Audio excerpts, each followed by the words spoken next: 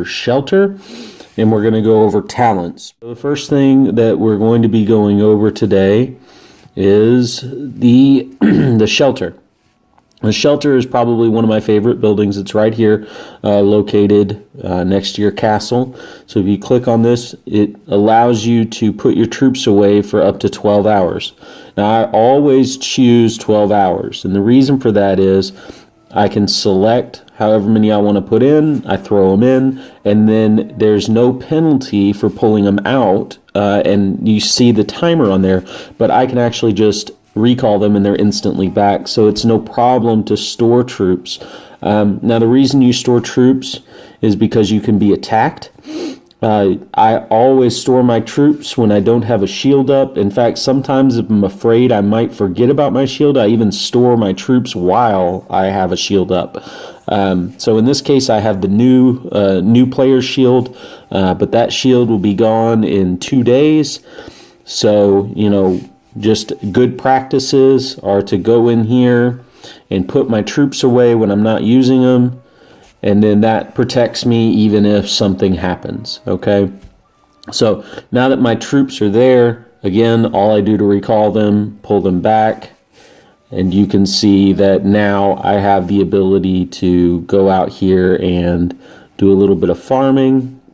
And when I do this, I actually use my lowest level heroes, and the reason is because they gain a very small amount of XP, and I'm always in the process of pushing my heroes. Now that we've done the Shleter, the one thing that you also need to know about the Shleter is that there's a limit to the number of people that can be in your Shleter, and you can increase that, and it's affected by your castle, as you can see here, and the deployed heroes command. So, you have to look at your castle, and your castle will tell you how big or how much you can put in the Shleter. So take a look at all of these, and then right here you can see army limit, deployable army, max army size, all that stuff, okay? So that said, we're going to go ahead and move on. So now it's time to go over talents. Talents are very important for our heroes and for our gameplay within Lords Mobile. So the best thing that I can do is kind of show you how I put everything together for our talents. And so what I'm going to do is go ahead and show you where those are. So talents are right here, okay?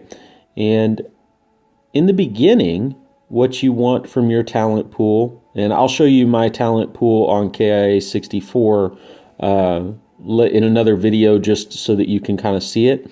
But for now, on our new player account, we have very few talents because we're not very high level. And you can see that I'm targeting construction and research. I don't even target production of materials, and I don't do practically anything on offense, defense, trap building, any of that. What I focus on in the beginning is all about construction and research. So there are 2 sections that I can use for that.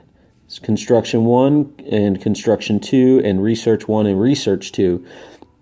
And that's where I'm going with all of my talents when I begin the game. So the very first thing that I'm going to do is figure out how to get Construction 1 and Research 1 full. Once I do that, I'm going to go down the list until I get all the way down here, and I'm only going to use minimums until I get to Construction 2 and Research 2, and then I'm going to load those out. And in the beginning, that is the best way to max out your pools and keep your character moving. Okay, so in order to do that, I have to raise my level of my hero. So we're going to go ahead and do that. Now, the way that I choose to do that is I actually store up turf quests, and I do guild quests and administrative quests in order to keep those points rolling. So you see these each give me a little bit of XP, and sometimes they give me like this skirmish 2 will actually give me speed up. So what I'm going to do now is I'm going to go ahead and collect all of this XP until I level. And as you can tell, I've been pretty busy, and I don't turn these in right when I get them. So it's increasing my might, it's giving me hearts. There we go, we are already at level 9. So now I'm going to have more talents. So I'm going to go over here, I'm going to go to my talents, and then I'm going to drop, since I have 2, I'm going to drop 1 here. There you go. And then now I'm going to go back. Okay. Now you don't have to do this way. You can actually just go through all of it and then put in your talents all at once. So like that puts me at level 10. So I'm going to pop through a couple more.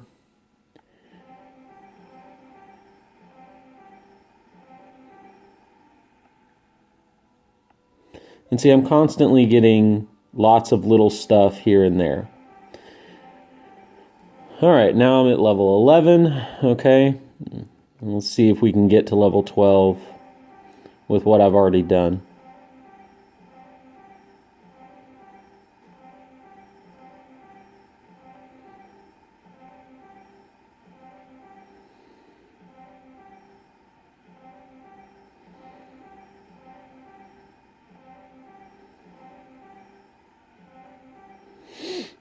So probably pretty close now.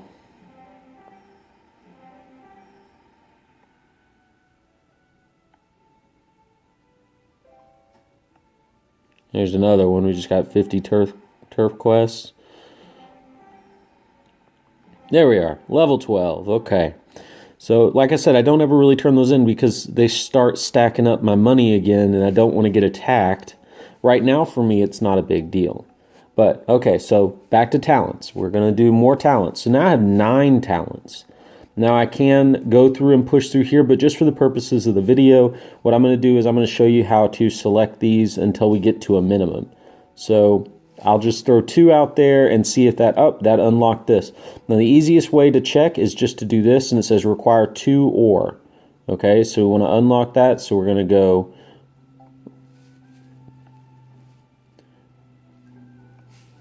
2. Then we're going to come down here. That didn't unlock this yet, so we're going to go back up, make sure, and we can always check. It says it requires 5 food production, so we're going to go 5. Now we could go max load, but that's not what we're after. Okay, so we have no more talents left, but I would start putting more points into stone and then ore production, and then all of a sudden I'm reached my minimum number possible to get to the highest possible construction and research, and that's what I want to do. So I'm going to work my way down, straight down the list until I get to construction and research, and I'm going to pile every point into construction research on 1 and 2 for both of them. Okay, so now we're going to go over a little bit about how I feel about high level talents, which is a little bit different than our lower level talents. I'm just now at level 60, castle level 25, and if you'll notice, most of my buildings are level 25. There are some, like my resources, and that are not level 25, but you'll see that most of them are. And you'll notice that I did finish all these buildings at level 25, okay? And I finished over here at the altar and all that stuff. Now, at this point, it doesn't really matter how long it takes me to finish out the rest of those buildings. So I have started working on these. Now, I've started to switch over my talents. So you'll see that my construction is not very high, but I've kept my research. Okay? And I have pushed all those talents into production. Okay? But I also have innate talents. So if I apply this, I can change it over and I'll show you what I'm doing on this side. So when I want to go to attack mode, I switch over here, and this is what full-out attacks look like. My everyday stuff is over here, but I have 2 sets of innate talents that I allow myself to use. I'm either researching or I'm attacking. Okay? Right now, I have it set on the attack. So I have completely foregone anything to do with research or production, and I'm all about maxing out my squad health. And you'll notice that I have concentrated on cavalry and training speed. That's because I want my cavalry to be the strongest it can be, and I want my training to be pretty high when I'm here. This is basically my mode for training more troops.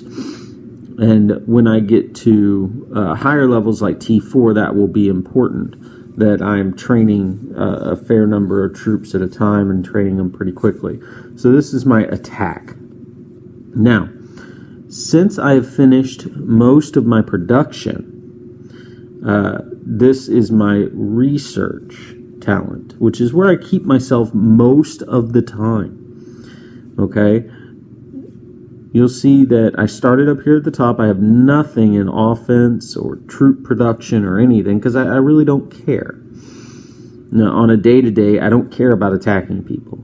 So right here, food production, I don't care about food itself because my army just eats it. So I don't even worry about anything with it. I have a couple of points in construction, but that was only to get to the research. And the rest of it, you'll notice I'm maxing out ore, gold production, stone production, and all that. Now, I did not max out gathering, which was another way that I could have gone, but I chose to just do standard production. So I don't worry about gathering too much. And I didn't even max out max load. See, that's for army capacity, and I'm not worried about that right now. This is just about producing basically more gold and more other items. What I maxed out my gathering was here, and I increased my speed to 100. Now, later, once I have finished my research in general, where like I only have a couple of items left to research, I'll actually redo all of the points in research and put them into max load, which will increase my army capacity, and that will be my next thing, or my gathering speed, one of the two. And like I said, the important thing here is that I have turned a corner where I don't need to produce as much construction, so I have respect so that I've got all my research points, but I've changed all of the points that were in construction and put them into other production methods for my day-to-day. And then if I want, I can go to attack mode where I basically buff out everything I've got for attacking. Okay, and then that would be talents. Now, obviously, at level 60, I'm really not getting any more talents. And this is basically where I'm going to get my extra points, which we'll go into in another video. But I can swap out what I want to have. Like this makes my character better for attacking, and this makes my character better for researching. And you can kind of see what I'm doing there. But we'll go into the hero and the equipment in another video shortly, okay? You guys have fun. Bye.